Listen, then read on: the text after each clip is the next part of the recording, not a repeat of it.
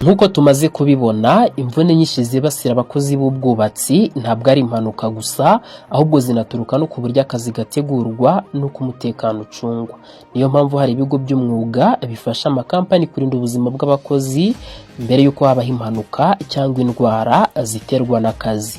Ni muri urwo rwego ikigo cya Safe and Health Work Inc gitanga serivisi nziza zijyanye n'ubuzima ndetse no kwitwararika by'umwihariko mu bikorwa bijyanye n'ubwubatsi. Kikaba ari ikigo gifasha ibigo kubahiriza amahame y'imikorere myiza ku kazi ndetse n'ubuzima bwiza, by'umwihariko binyuze mu guhugura abakozi ku mutekano wo ku kazi, gukora igenzura ry'ingaruka z'akazi no gushyiraho gahunda zihamye zo gukumira imvune ndetse n'impanuka. Niba ufite kampani y'ubwubatsi, uruganda cyangwa ikigo gifite abakozi bakora imirimo ivunanye, ushobora kubagana unyuze kuri nimero yabo ni 0793 bakabasha kuba bahita bagufasha.